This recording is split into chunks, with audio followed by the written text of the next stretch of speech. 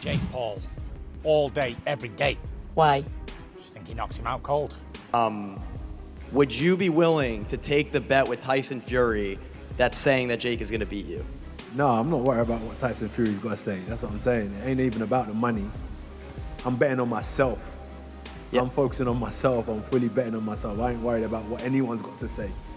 So when I'm bouncing around the ring, jabbing, weaving, and doing all of these things, I know I can pick them apart and score points and make this a very, very big contest. Reports claim Tyson Fury shocked the room when he abruptly crashed the Anthony Joshua vs. Jake Paul press conference, instantly shifting the entire atmosphere.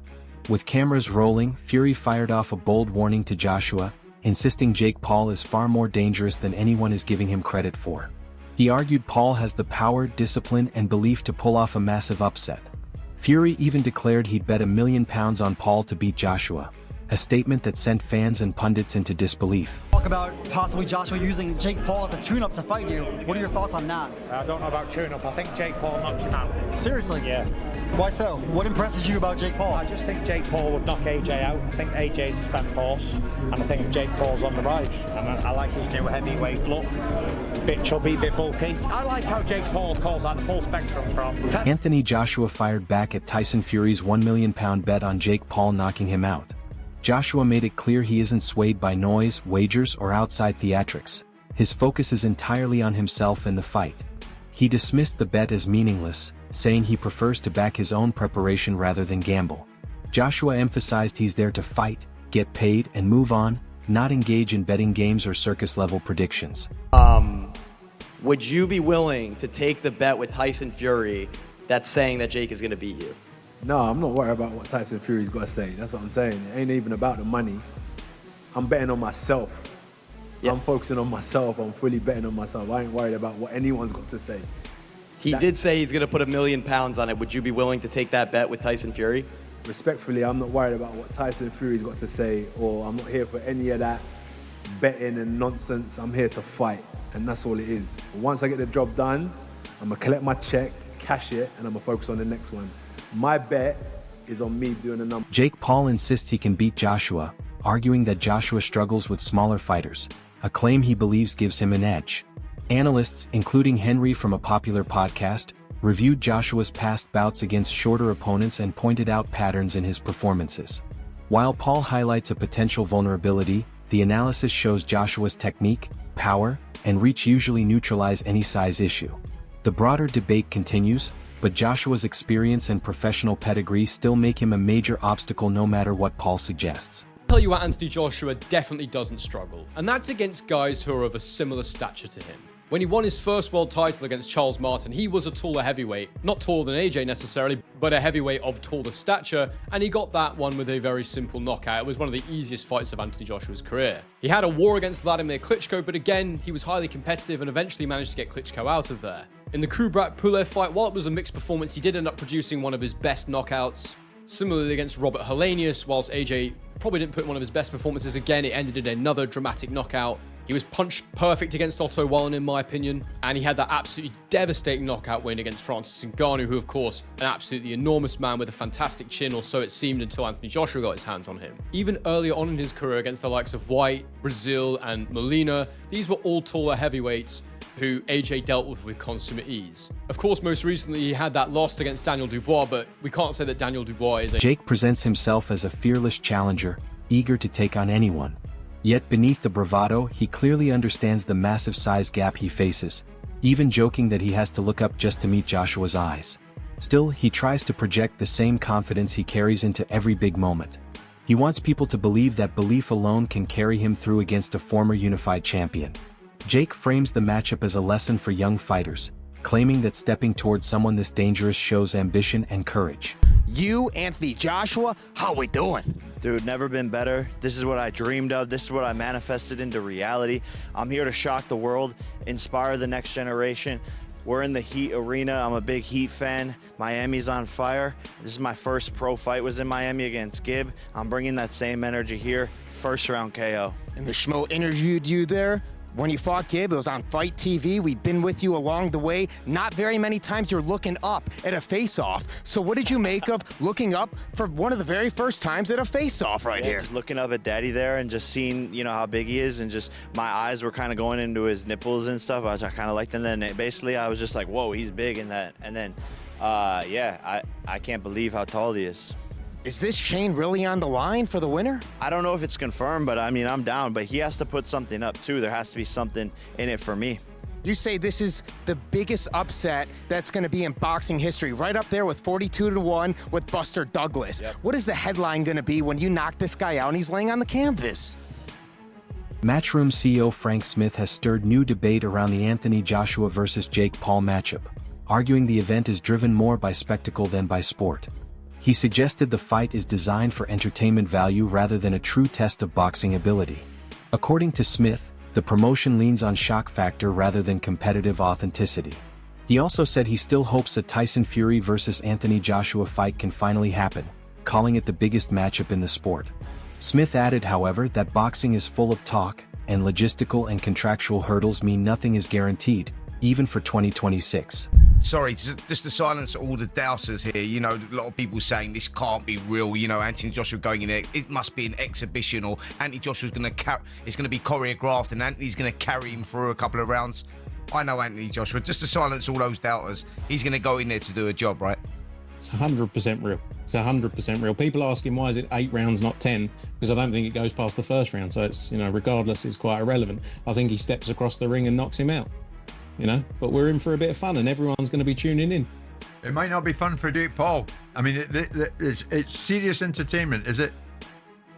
Yeah, 100%. Look, I agree with you. I accept Jake Paul is absolutely mental for doing this, and I don't think he quite realizes. I think he's got people around him who actually are saying, Anthony Joshua's chinny. He said it in interviews. It's quite wild, but if that's the world he wants to live in, he'll find out on December 19th. And Frank, to finish with, the plan is still sometime in 2026, AJ against Tyson Fury. And Turki Al-Sheikh's working on that, is he? That's the fight we want to make. That's the fight we want to see. Look, we're all guilty of doing a lot of talking over the years and that not happening. So I don't want to talk too much, but that is definitely what we want to see in 2026. Joe Rogan believes the matchup is wildly dangerous, calling it one of the most outrageous fight proposals in years. He stresses that Joshua's size, power, and experience make him a terrifying opponent for Paul, a former Olympian with knockout credentials. Rogan dismisses the idea that any contractual limitations could reduce Joshua's threat, saying nothing neutralizes his power or technique. He points to Joshua's knockout of Francis Ngannou as the clearest warning sign. In Rogan's view, stepping in with Joshua isn't just risky, it could end brutally for Jake Paul. Paul Anthony Joshua. Boy. Well, realistically, it's one of the craziest propositions of all time. You take a guy who just had a boxing match that looks like a sparring match with a 58-year-old Mike Tyson, and then you're going to fight one of the absolute scariest knockout artists in the heavyweight division. Maybe we should watch the Francis Ngannou fight so you could see. Let's watch that real quick, just so you can see what Anthony Joshua is capable if he's fighting someone that's not in his league. Okay, look, Usyk beat him, and he beat him twice, and Andy Ruiz caught him in the first fight and dropped him and stopped him. It was spectacular. Andy Ruiz is super fucking talented. Usyk is perhaps the greatest heavyweight boxer of all time. Maybe one of the greatest of all time in any weight class. Usyk. And Usyk beat him, and he beat him twice. But Francis Ngannou is coming off of this fight with, go a little bit before that so we can see this happen. Watch this. So he drops him with a right hand early. And this is 2 minutes into the first round. And Francis gets up, he survives. And then Joshua, check out this combination he hits him with. I mean, dude, the speed that he hits him with this, he's so dangerous, man. It's like you're dealing with a guy who's an Olympic gold medalist, and he's enormous, and he's got vicious knockout power, and he's got immense amount of experience at world-class levels. Just think about what we said earlier. Fought Usyk twice, fought Andy Ruiz. Brendan Schaub and Brian Callen recently questioned Jake Paul's mindset ahead of the Joshua fight. They argue that Paul's casual bravado and loud callouts may mask a lack of genuine understanding of how dangerous Joshua really is. They believe Paul risks underestimating the threat, especially given his limited experience and the huge jump in competition. While some applaud Paul's fearlessness, Schaub and Callen insist this fight requires discipline, respect, and a realistic sense of danger, qualities they fear Paul may be overlooking. Meanwhile, several analysts have suggested Paul still has a real chance of scoring a knockout. Sparring, getting hit, that you just know. You're talking about Olympic gold medalists. I don't think people understand how good Anthony Joshua is. They see him against Usyk, or they see him against, Ruiz, and they're like, oh, he lost. And they think somehow that because he's nice, that he's not an absolute killer. I don't think life. everyone knows that, B. A lot of people are like, You're hanging out with the wrong people then. I mean, 6'6", 245. Let me just say this. It's a different ecosystem. Look, Jake's a thick kid. 227 is a lot. It's heavy. He's big. He's athletic. But this is different. You're not Usyk. You ain't Usyk. Jesus. You're talking about a very different athlete. Do you want me to go now? Please. With all your rambling here? Please. Dude, first of all, before I go in on the cojones on Jake Paul, you have got to. That's what I said. Whatever the fuck your criticism of the guy is, whatever. The cojones, the huevos on this fucking kid. I agree. To step in there with fucking Anthony Joshua is insane. He deserves all the money. With 14 ounces. And what he's doing is flipping boxing on its fucking head. And this is exactly what he's there for. He's doing exactly what he said he was going to do. Kudos to him. Kudos to him. 100%. Now, what bothers me is when you and other people go, I mean, Jake's 6'1", 227. I mean, it's insane. The other guy's 6'6".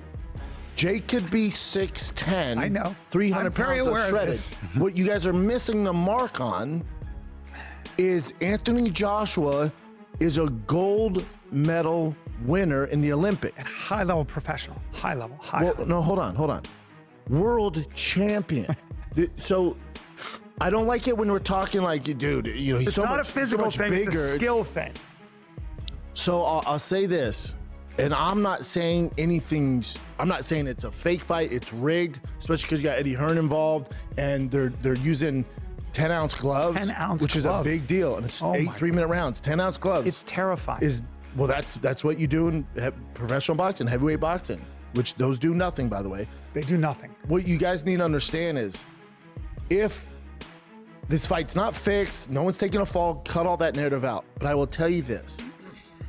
If Anthony Joshua decides to take this as serious as... One notable voice is former world champion and trainer Buddy McGirt, who sees the fight as far more competitive than most assume.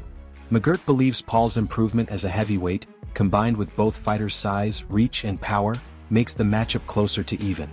He notes that in heavyweight boxing, a single clean shot can flip the script, giving an underdog like Paul a real opening. While Joshua remains the clear favorite due to his resume, McGirt and others highlight Paul's dedication, steady progress, and fearless style as reasons why a shocking knockout, though unlikely, isn't impossible. Paul is going to win this fight by knockout. You would think I'm absolutely crazy, right? But the thing is, it can happen. 10-ounce gloves, heavyweight, Jake Paul can punch hard. But do I think that's going to happen? Absolutely not, mate. Anthony Joshua is an absolute beast, an unbelievable, highly skilled, highly trained, highly experienced professional boxer with power in both hands, and he's really good at finishing people off. And even though I really take my hat off for Jake Paul for taking this fight, I didn't really want to take it because of what's going to happen in the result of this fight, and I want to keep on this Jake Paul train. I think he's doing great, and I love his ambition. I love that he's trying to become a world champion and following his dreams and believing in himself. But at a certain point, you bite off more than you can chew. And this right here, The fight has drawn major attention, and treating it as a genuine professional bout raises serious implications. Joshua has hinted he may not unleash his full power, taking steps to avoid putting Paul in real danger. This approach shows Joshua is balancing competitive intensity with responsibility. He aims to keep the fight legitimate and professional without crossing into recklessness, respecting both Paul and the sport. By managing his power and timing, he ensures the contest remains structured and safe while still offering fans a credible matchup. To the fight itself, all we know is that we're being told from those people that this is a fully professional boxing contest. I'd like to see the small print, to be totally honest with you, but that's what we're being told. We're being told that it's going to be 8 3-minute rounds. We're being told that they're going to use 10-ounce gloves, which are far too fucking small for Anthony Joshua to hit you in the face with when you're there. Listen, Jake's a good novice. Jake's a good novice. Oh, yeah. And if he wanted to have a legitimate career in boxing, then he would climb the domestic rankings in America, and he might even make top 50. He might make top 50 if you pick him right, great. But if you put him in with meritocracy and put him in rankings and actually make him fight the number 49 guy in America or try and climb up, he's going to get found out because he's a nutter novice. Now I know, I speak from experience here. I did an exhibition bout with Shane Neary, a former world champion, and I was fucking 2 or 3 stone bigger than him. I was 5 inches bigger than him, very similar to AJ and Jake Paul. And I was a novice. I'd boxed, sparred and moved around my whole life, but I'd never been in a competitive fight. And we did it for charity. And we did 3 rounds. And at the end of it, I realised, and I knew it going in, that Shane Neary controlled pretty much every second of those 3 minutes. Pretty much every second he controlled.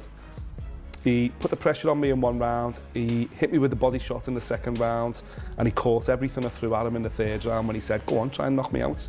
Caught everything. And, you know, in a similar vein, Anthony Joshua controls every second of this. Aries Spears caused controversy by saying that if Jake Paul somehow beats Anthony Joshua, the fight must have been fixed. Spears argues Joshua is a proven heavyweight with elite professional credentials, far above the level of opposition Paul has faced. Given the enormous gap in experience and reputation, he believes a Paul victory would raise serious suspicion rather than signal a legitimate upset. His comments add fuel to the debate over whether celebrity-driven matchups can ever match the integrity of true heavyweight boxing. Paul was supposed to fight Gervonta. Now he's fighting, what's his name? Anthony Joshua. Andrew Joshua, yeah. Anthony Joshua. He gonna get mopped. According to betonline.ag, Anthony Joshua has minus 2,000 odds. That means you'd have to bet $2,000 to win $100. If you think that Jake's gonna, what's his name? Yeah, if you bet on Anthony Joshua to win. Yes. You'd have to bet 2,000 to get back 100. Yeah. Now, if you put your money on Jake Paul, he's plus 800. That means that if you bet $100 on him and he wins, you get 800 back. Let me tell you something. If Anthony Joshua loses this,